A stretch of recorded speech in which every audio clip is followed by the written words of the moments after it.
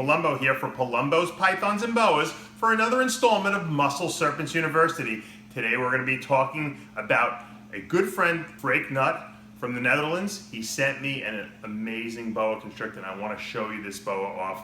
I'm growing her up. I can't wait to breed her. She's a T positive Sunglow Sumoton. Stay tuned, you'll find out what that means.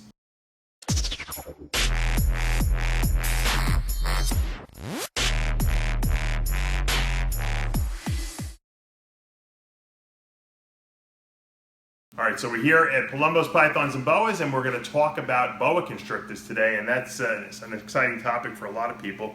And I have a terrific, amazing looking snake here. You guys probably can't even tell what she is by looking at her, but I'm going to tell you what she is. She is a T positive, okay, which means she's a T positive albino, which is not quite the albino we're usually used to seeing, which has no melanin. It has a reduction of melanin. And she also has them hypomelanism gene. So when you combine hypomelanistic traits with anything albino, whether it be T positive or T negative, we call that a Sunglow. So she is a T positive Sunglow, and she also has two more genes. One of these genes, Freek Nuyt of the Netherlands, has been working with quite a bit. He's probably one of the top guys in that gene, and it's called the Onyx gene. And it kind of crept up in his collection by accident, and some snakes that he had imported. And when you combine the Onyx gene into its homozygous form, or two copies of it, you get what's called the Super Onyx, and it's a solid looking black snake, which is pretty damn cool. Well, when you take one of those copies of that Onyx gene and you combine it with another trait known as Motley, and a lot of you guys know what the Motley is, it creates acts like super. So they combine, they're recessives, but they combine up on the same allele, and you get what he calls the Sumoton, which stands for Super Onyx Motley.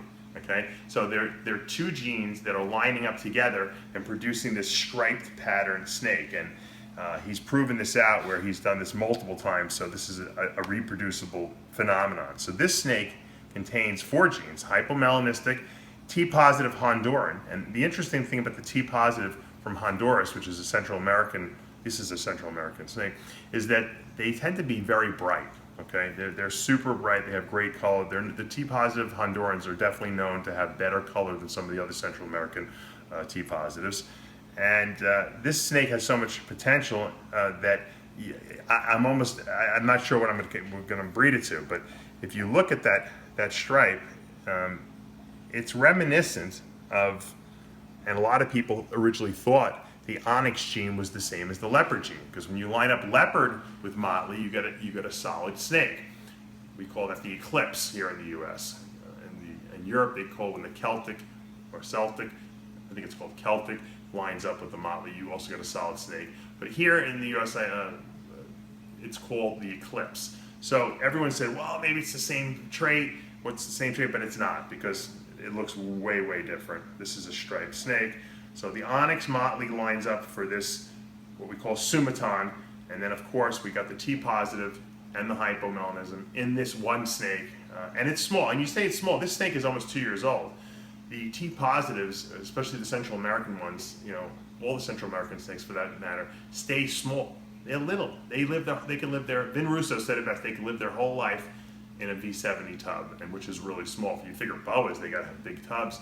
These guys are small, you don't want to overfeed them. They need to be about 3 to 4 years old really to breed, the females. The males obviously go a little sooner than that, but they're super hardy snakes, and it's a great pet because it doesn't get huge, super huge. And as you can see, it's got a great personality, and this has got some very unusual, cool color. And I'm going to keep you guys updated as to what I'm going to breed it to probably in the next year or so. And hopefully we'll get some great babies and we can spread the word in the United States. Remember guys, if you want to contact me, have any questions, you can contact me at huge285@AOL.com, or you can check out Palumbo's Pythons and Boas Facebook page. And don't forget to click subscribe below so you don't miss any episodes of Muscle Serpents University. I'm Dave Palumbo, and we'll see you next time.